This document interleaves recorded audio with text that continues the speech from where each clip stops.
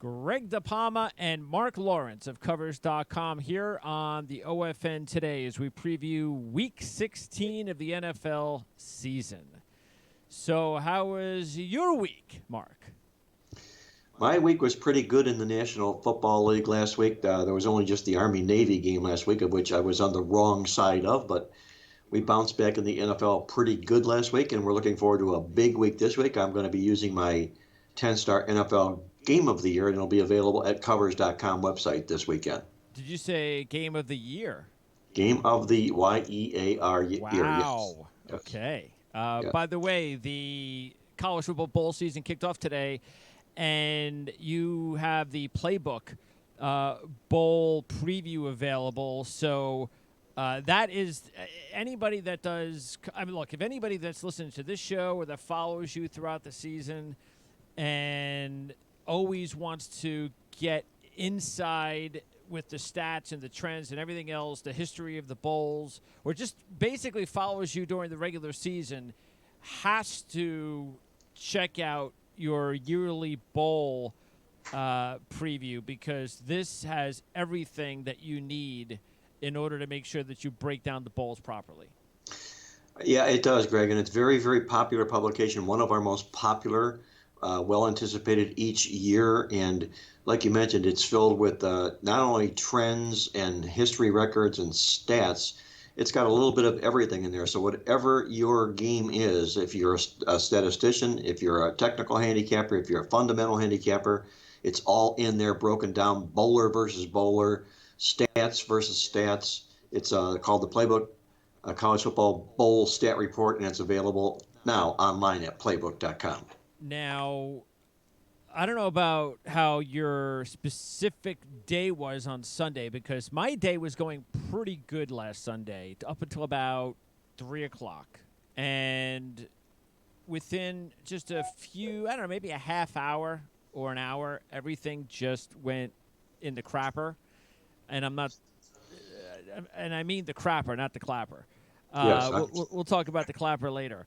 But everything went real bad for me, because I was riding that 5-game, 5-star win streak I told you about last week. I remember. And I ended up pushing, but Seattle had the big lead and gave up those ridiculous touchdowns late to cause a push. And, of course, the kicker missed an extra point as well. So I got a push on something that could have put me over the top for the week. And then I lost a little bit on the game that a lot of people, I would assume half the people won and half the people lost on the Philly-Washington game. But I've got to tell you, Mark, I am going through such a run on these end-of-the-game garbage touchdowns that decide the point spread, where I'm like, for the last 8 of those. It's like, can I please win one of those? I mean, how many? You know, when you're sitting there and you're desperate and you're going, oh, come on, I know the only chance I have is if somebody picks off this pass and runs it for a touchdown with no time left.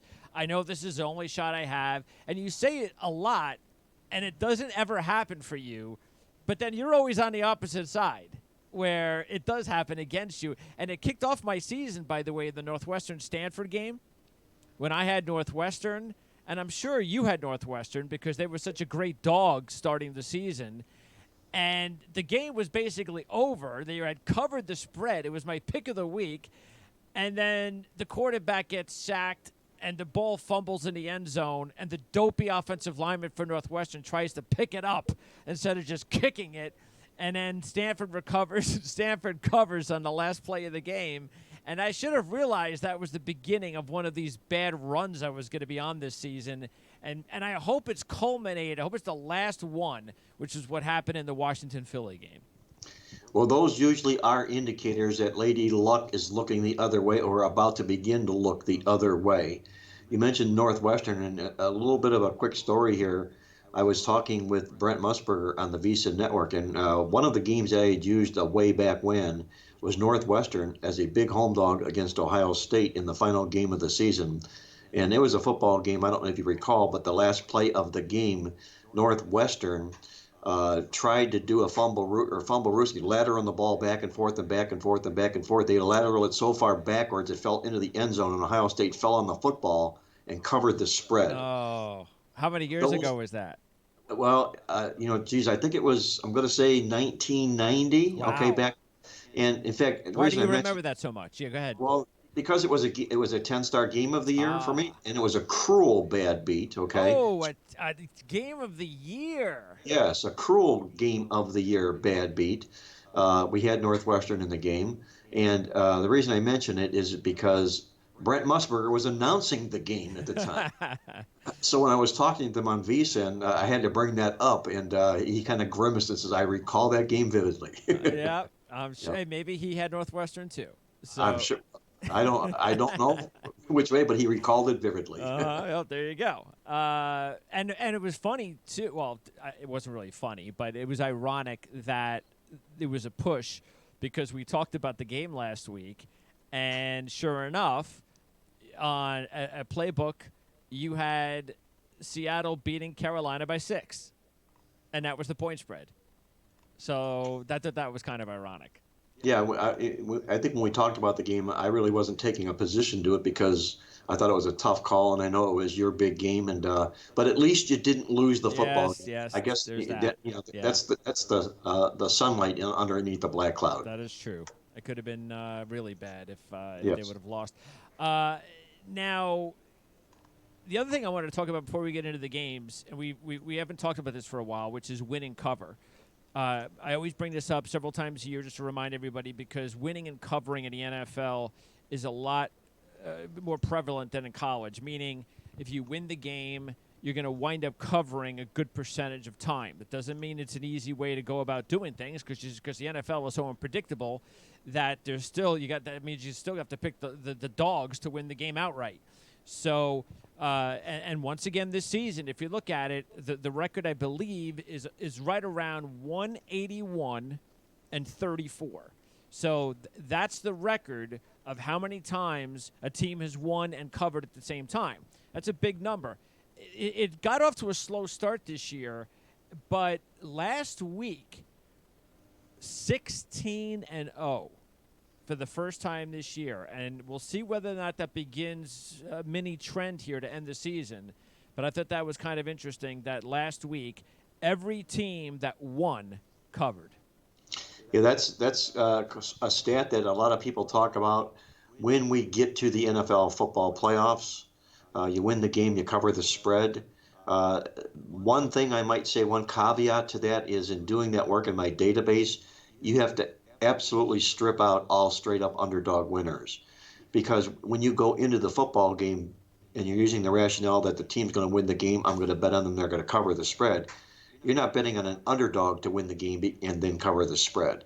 You're most likely looking at favorites to win the game and cover the spread. So if you took out of that whole equation underdogs that won the game straight up, that number really diminishes. Now it doesn't diminish. I mean, to the point where it's anything close to a loser. It's well over a 70% point spread winner. NFL favorites who win the football game and cover the spread. So, but the bottom line here is that's a good stat. 16-0 last week. We'll see whether or not that can continue at this point moving forward. Also, keep an eye on the fact that the NFC, for just the second time since the NFL adopted the 16-game schedule back in '78, 4 NFC clubs are tied for the conference's best record with 2 or fewer weeks to play. And we've got one team this week out of that 4 in the NFC, those 4 top teams that we both agree on are going to lose. So we're going to keep that out there for a little while because that's going to be our 3rd game we're going to cover. We both agree on that one. But before we do that, we're going to start off with your boy Mike Zimmer and the Green Bay Packers and the Minnesota Vikings. Taking a look at this game, the Vikings are a 5.5-point favorite. Packers have won 3 straight. Vikings are 3-0 straight up and against the spread in their last 3 against Green Bay at home over the last 3 years. And the big stat, of course, Mike Zimmer, 7-0 straight up, 6-1 against the spread at home on Monday Night Football. He's also got the tremendous spread record. The Packers, you have to be. I think the thing that you'd have to be bothered about if you're thinking about taking the Packers or worried about. On the flip side, encouraged about if you're thinking about taking the Vikings is when you hear Aaron Rodgers talk about the fact that you don't have to win this football game and you can still win the division. I'm not so sure that's what you want your quarterback to be talking about, but since we want to take the Vikings, that's exactly what we want to hear. Yeah, it's like those commercials about the doctor coming in asking if he feels confident. He says, "Okay, we're okay." Uh, okay is not good enough in the National Football League. You want a quarterback that wants to go out and win the game. That's for the opener. As far as the game itself goes, and you know my allegiance to Mike Zimmer when it comes to the point spread. Oh, yeah. I don't need to beat a dead horse again this particular week. But what you're looking at in this particular contest is this, and this is one of the better handicapping angles, is when a team like Minnesota, who lost at Green Bay earlier this year, beat them in the stats by nearly 100 yards in the football game. When those teams, those same division teams, return home in the rematch, they know that they outplayed that team the first game. They do have that revenge chip on their shoulder. And as long as you're not laying a touchdown or more in these football games, these plays have been dynamite sides. That is what is at work here in the Minnesota Vikings in this particular football game. And then you've got the fact that Mike Zimmer in his games on Monday night, the home team is 7-0 straight up and 6-1 against the spread. And I've been harping, preaching about Green Bay's phony record with those miserable stats that they have. They've been outyarded 79 yards a game now the second half of the football season. I'm all over the ATM machine once again this week. And when you get these matchups of these teams that are very even, I think especially this late in the season, this is when you find out about coaching and Mike Zimmer and his experience going up against LaFleur. And look, I've been touting Floor for years, and I think this was the biggest mistake Dan Quinn ever made, was letting Matt LaFleur go when Shanahan left him. And so I like LaFleur, but he's a rookie. He's a rookie head coach, and he's going on the road in a big spot. And I just think that that's another plus if you're thinking about taking the Vikings. Packers win, they clinch the division. But again, if they lose, they can clinch the division at Detroit next week. And the Detroit Lions, the state of that franchise with all the injuries and starting a rookie quarterback, we know that the Packers are going to be able to win that game next week if they have to. So this is really about Minnesota clinching a playoff spot. And by the way, Minnesota is going to be locked into that 6th seed, it looks like. So they're going to be able to avoid Seattle or San Francisco, which is fine, more than likely, because I think Seattle or San Francisco might end up with that number 1 seed. But they're probably going to wind up, interesting enough, they might wind up playing each other in the first round.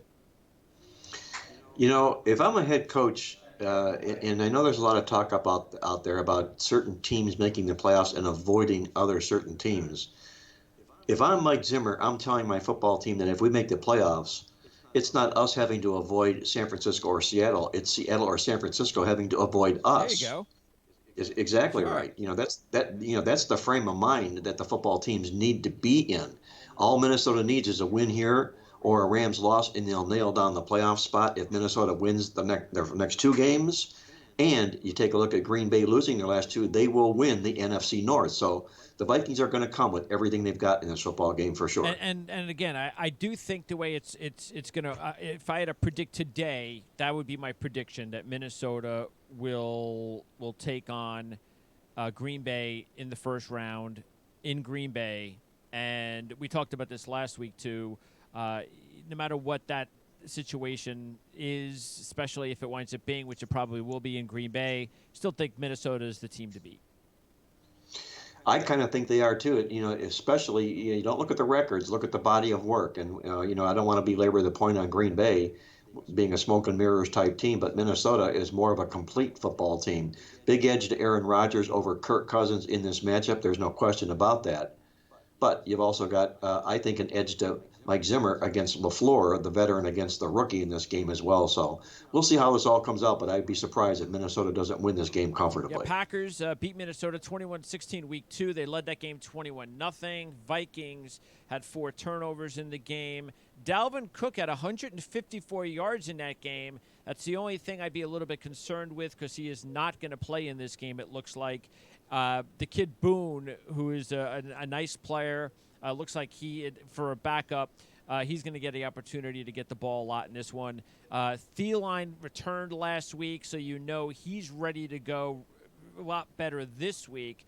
And I expect the Vikings probably will have a little bit more success throwing the football this time around, especially in the dome, as opposed to what happened week 2, where they relied on Dalvin Cook on the ground. All right. By the way, the Packers, if they win their final 2 games, will more than likely clinch a bye at the number 2 seed. So, yes, there's a lot for the Packers to play for, but just a little bit more for the Vikings to play for. Let's go to the game we disagree on to start things out, and that is the Dallas Cowboys and the Philadelphia Eagles. And this week, I have the clapper. And I'm okay with that because of the fact that I've said this all season, and that is that I have been religiously on the Cowboys, as you know, in division games. They have been a dominant division team coming into the season, so I rode them from week 1 and the second game and the third game and the fourth game, and hey, I'm 4-0, and I'm going to keep going. They're 14-2. Straight up and against the spread in their last 16 division games. So why would I jump off the bandwagon now at 4-0 this year on a 14-2 clip? They're just a 2-point favorite on the road. Pretty much the winner's going to win the division. I just think the Cowboys, after winning last week, I think they were able to get their confidence back again. The Eagles barely getting by the Giants and the Redskins the last couple of weeks. They're just a banged-up team. The receiving unit is a mash unit. Lane Johnson's already out for the game. I got to tell you, if the Cowboys lose this one, that's pitiful. I got to applaud the Eagles if they could figure out a way to win it. But you like the Eagles in this one. I do. I like Philadelphia in the football game for a couple of reasons. Number one, you have Dallas in a complete role reversal here, where they were a straight-up road favorite loser, a straight-up home dog winner, I should say, last week, and now they're coming a road favorite the following week. That's a big, big hill to have to climb, going from a home dog winning to a road favorite the following game, especially in a division contest. The other side of the coin is this. The Philadelphia Eagles are a team that was in the playoffs last year. They're a 500 team this year. This is their last home game of the season, and they're a home dog. That's a no-no in my database because it's a Rodney Dangerfield type situation. Hey, we made the playoffs last year. We're not a losing team this year, and you're making us a home underdog? Come on, tell me why. The other thing is this. Doug Peterson has never lost a game at home for the Philadelphia Eagles when he's coming off a win and the opponent's off a win. He's been in that role 6 times. He's won all 6 football games. He's 5-0-1 against the spread. I think the clapper chokes again in this football game here. I like Philadelphia in the minor upset. You know, and it wouldn't surprise me if the Eagles were able to win this game, that they wind up losing next week in New York against the Giants. It's the division is just crap. And to see something like that happen, it wouldn't surprise me. You know, it wouldn't surprise me to see the Eagles win, then they lose to the Giants, yet the Cowboys lose to the Redskins. You know, one of those things happen. Well, let me give you a little sidebar note here. The good thing is that at least the National Football League will not have a losing team in the playoffs this year, because the winner of this will at no worst have a 500 record. And if they go on to the playoffs, they will be that 500. What about a tie? Well, that's true. I mean, there could be a tie. Imagine that. There could be a tie. So I guess the NFL is not praying for a tie. But I will say this also, that teams in the National Football League that have been at home in the first wild card round with a 500 or less record, there have been 5 of them. And all 5 of them were underdogs, and all 5 of them won the game straight up. Yeah. Carolina Panthers, the most recent team against Seattle. So keep an eye on that. The winner of this division, if they end up being a home dog in that first wild card round, keep that stat in mind. Well, but do you know who they're going to wind up playing? They're going to wind up playing the loser of Seattle-San Francisco.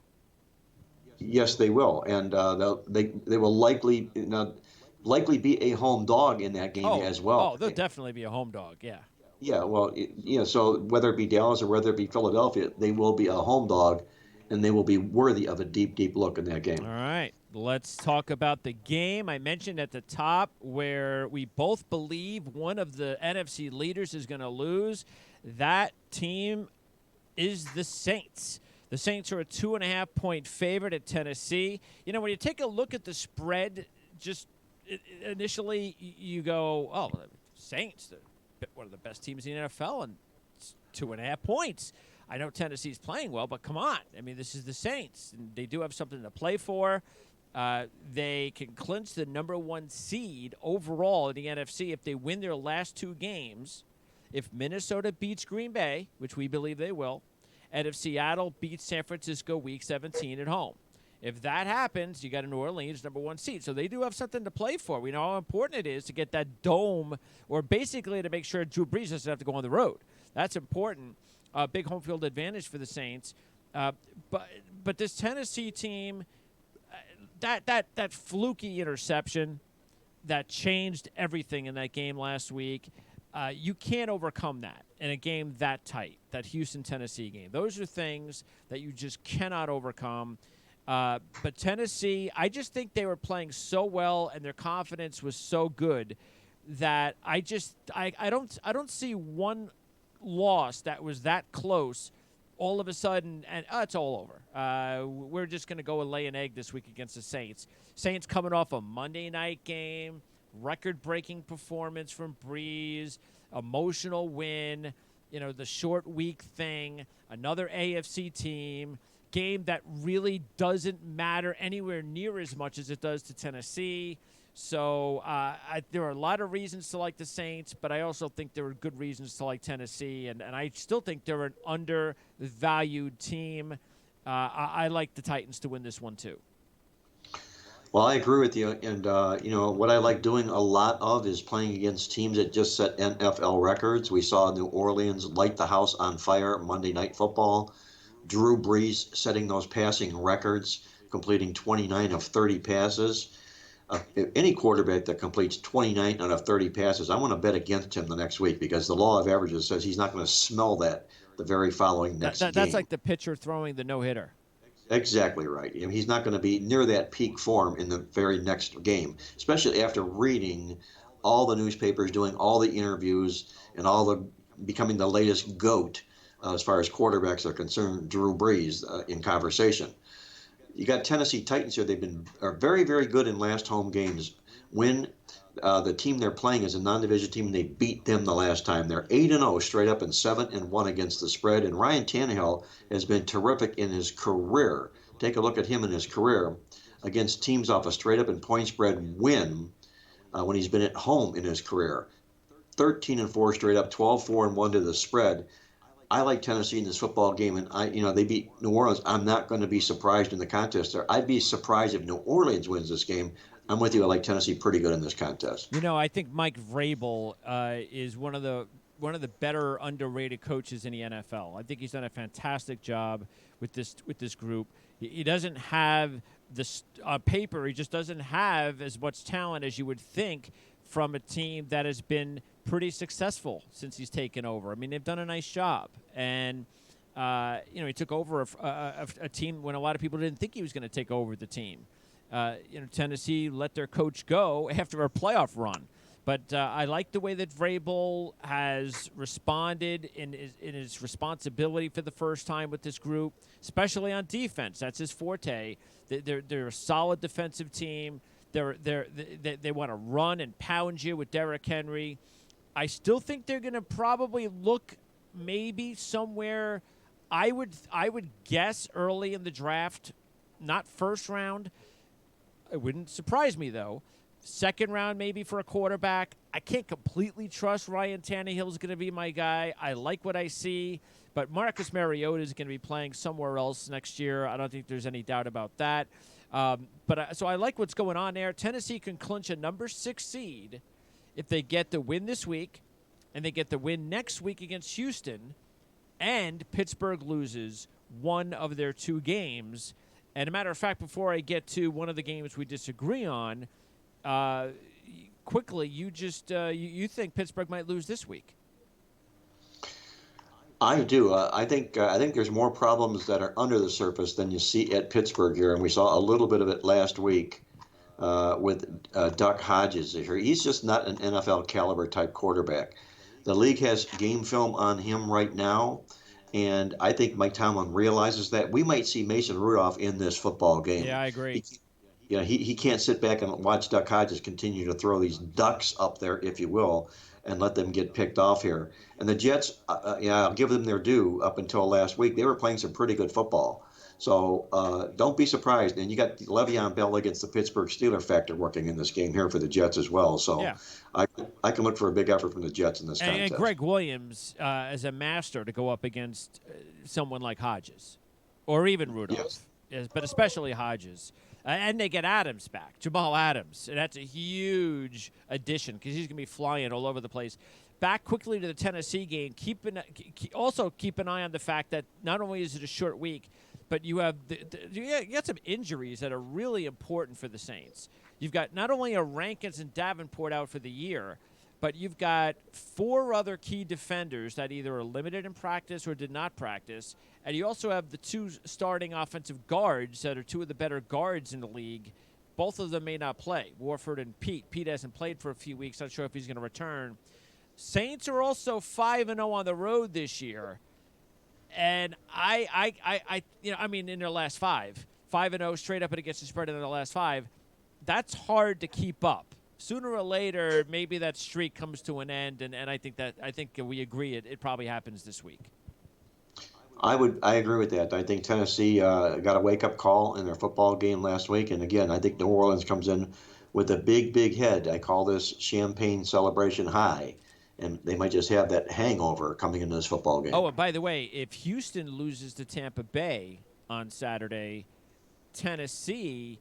I mean, that's the interesting thing to keep an eye on are how some of the games on Saturday will impact how some of these teams might be playing in the game on Sunday. Because just imagine how that place is going to be on Sunday in Tennessee if Houston loses to Tampa Bay and Tennessee realizes that, hey, we beat New Orleans, then that matchup against Houston in Week 17 will be for the division title. Big motivating factor for Tennessee should that occurrence happen here, and I wouldn't be stunned if it did happen. Even if it doesn't, I'm still going to look for the big effort by the Titans in this game. And we'll talk about that Buck game in just a little bit. But first, let's talk about another game we disagree on, the Rams and the 49ers. I like the 49ers, 6.5-point favorite in this one. You're going to take the Rams. I just think after what I saw from the Rams, matter of fact, we talked about this last week, was how I was going to feel if I'm watching the game on Sunday and I'm kicking myself for taking the Rams and watching Jared Goff play like the bad Jared Goff, and we got the putrid Jared Goff last Sunday. You can just tell on the first couple of drives that the Rams were done because Jared Goff can come out immediately, and he's not anywhere near the receivers. And you just know it's going to be a long day. He could be that bad, and I think that's going to continue. The Rams are basically out of it now. They're going to need a couple of wins. They're going to need 2 Minnesota losses to make the playoffs. That's not going to happen. Yeah, there's still something to play for, but I just think the 49ers, after losing to Atlanta last week, I think they know that they've got to get themselves going again. They had the big win against New Orleans. They probably had a letdown last week, which is why they lost.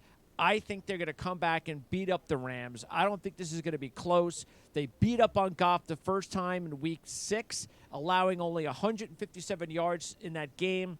I think they're going to dominate the Rams just like they did Week 6 and sweep the Rams and punish the Rams the way the Rams punished them in both games last year. Well, that's why they're favored to win this football game, Greg. But the way I look at this contest is this: you have the L.A. Rams coming off of being thoroughly embarrassed in their last football game in that contest against the Dallas Cowboys. You have a head coach in Sean McVay who has been outstanding in his career on the road in division football games. He's 6-1 straight up in his 7 division road games.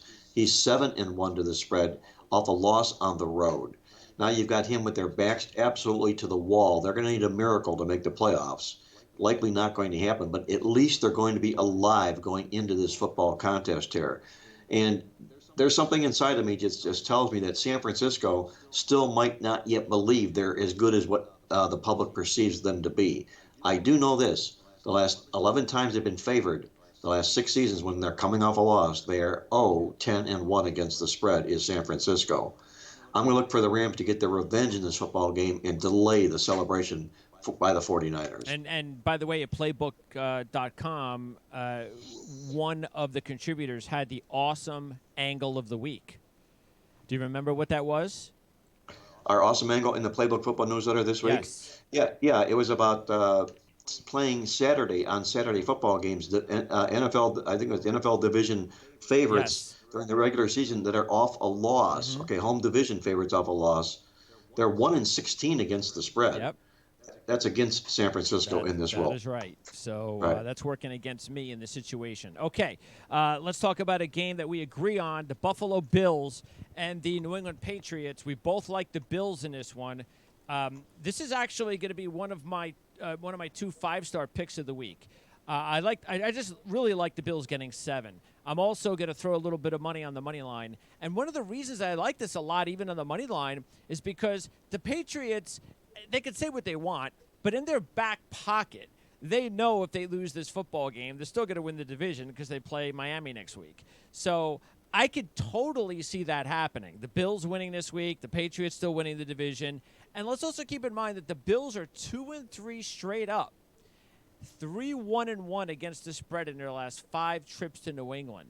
You know how, I think we should all comprehend how hard that is. We all know how hard that is to go to New England and win and actually compete.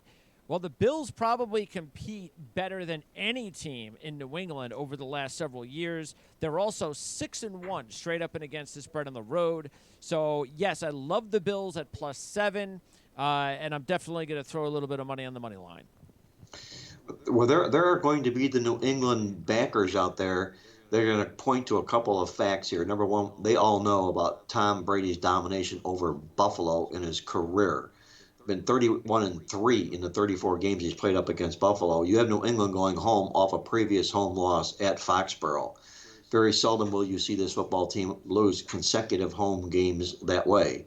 But I will say this, in that role at home off a previous home loss, they bounced back really good. I think they're 20-5 straight up. But only 50% against the spread in that particular situation here. What really gets me to Buffalo in this contest is this. Their defense obviously as good as it is, and it is legitimate, the number 3 ranked defense. They held Tom Brady to a 21.1 QBR rating in the first matchup of that football game. Brady has had a QBR rating of less than 40 his last 5 games in a row. Things are not right in Tom Brady's world these days. He does not have any wide receivers to get the ball to. The one he had, Julian Edelman, is banged up, hurt, and being double and triple teamed. And the other core of wide receivers, you need obviously you need a program to know who exactly they are. So the New England Patriots have their problems on offense, and I don't see them waking up against this Buffalo defense who's playing so well. And the bottom line to me, getting to Buffalo, they've been outstanding on the road this year. 6-1 straight up, 6-0-1 to the spread. Buffalo away from home. They will not be intimidated playing in this football game. I like the Buffalo Bills. Yeah, that's why I liked them last week. We knew it would be an ugly game against the Steelers. The offense still got a way to go, Buffalo. But the defense, clearly the strength of this team going up against Hodges, and we saw what happened to him. This is why we were talking about Greg Williams and Hodges matchup.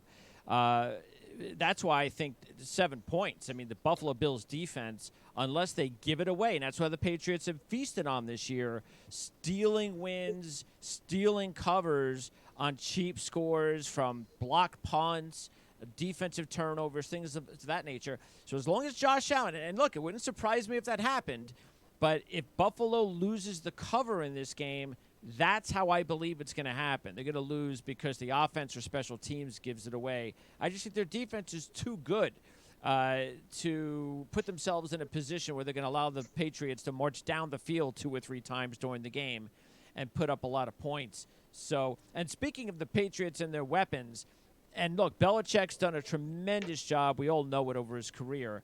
But look, he's also had some misses, and he's had some misses this year. He traded Demaryius Thomas to the Jets when he thought he was going to have Antonio Brown. He also let Jacob Hollister go, the tight end that's actually playing pretty well for Seattle and Russell Wilson. So they could have had Hollister and Demaryius Thomas that were right there on their team, and he let them go. So that's why if you're in the business long enough, you're going to have your share of misses, and some of those misses might come back to haunt Belichick this year because this is not a Super Bowl team. Well, they're not playing like a Super Bowl team. They'll probably get there by default because they're going to win the AFC East. Uh, Maybe not the Super Bowl, but they will for sure make the playoffs because will have a tough row to hoe in the AFC playoffs. With Kansas City playing as well as they are, and Baltimore likely the number one seed. So if Bill Belichick can steer New England in the playoffs this year, he goes down absolutely as the greatest all-time coach in the National Football League. All right, and finally, a game we disagree on, Houston and Tampa Bay. This is the one that's going to kick it all off tomorrow. I like Houston. You like Tampa Bay. Houston's a 3-point favorite in this one. I just think we're asking too much for Jameis Winston and the Bucs because Evans is on IR. Godwin, who would be a number one wide receiver on a lot of football teams, was in the game last week, led the team in receiving. He's now out for the game. Even Miller, the little boy from Bowling Green, scored a touchdown last week. He's out for the season now. There's just too many key guys out for Jameis Winston. They don't run the ball. So I just think that's asking a little bit too much. Houston got back in the winning column. And could you believe this? Because this has surprised me. But this is the first time Houston is favored on the road this year. Well, this year I wouldn't maybe not be surprised, because they've sort of been under the radar for most of the football season here this year. Made their hay, good for them, and it'll all come down to them in Tennessee most likely next week.